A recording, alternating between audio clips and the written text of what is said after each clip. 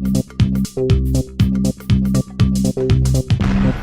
I'm going to show you how to add a ray of light to your image. I get that requested quite often. I'll show you a simple but effective way to do it.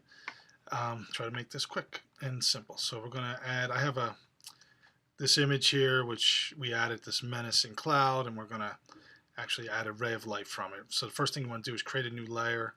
This is actually what it may end up looking like, just so you see. Create a new layer. In that layer, we're going to then make sure the foreground is black. Use the paint bucket, dump that in there. Then we're going to change foreground back to white. Hit B to use our brush tool. Make sure the opacity is on 100%. Use the left bracket to shrink that down, or you can just do it up here. Get it down to a smaller area, around 35-ish.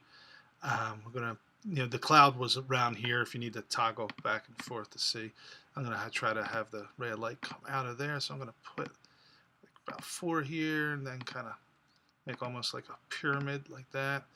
Then I'm going to put this down to about 40, maybe even a little less, and increase the size a bit. And I'm just going to kind of color in the background for these here.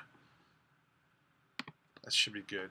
Might be too much. Let's see how it comes out. I might have to reconfigure that. But next thing, go to Filter, Blur, Radial Blur. Make sure the amount's on 100, and we have Zoom selected. This should be fine. And you want to get your kind of center point to right about there, because I'm going to have the rays come down from there. Hit OK. Doesn't look like much now, but I think this might work out. You're going to hit Command F or Control F if you're on a PC, or you can just come back here and just keep hitting that radial blur button. But we're going to keep adding the effect until we get something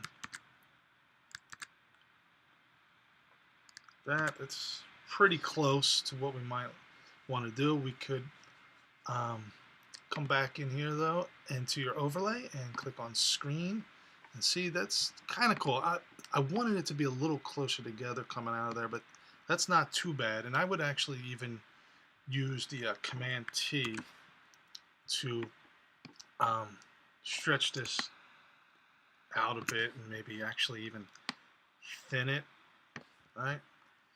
Because I think they were a little too spread out. And I could go back and just reapply, undo and reapply, or mess around with the transform tool to try and get it right. Press enter and you're done.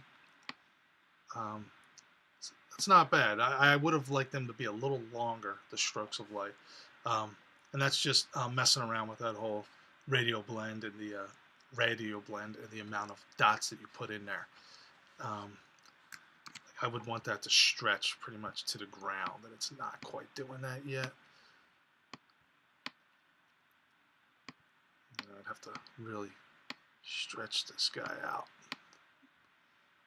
That's starting to look a little better now. But you get the picture. I mean, you can mess around with it. I was playing around with it earlier, and I got it to look like that. I thought that was pretty good. But it's a nice, easy way to experiment creating rays of light. I hope you like this. Let me know if you have any comments. Thanks.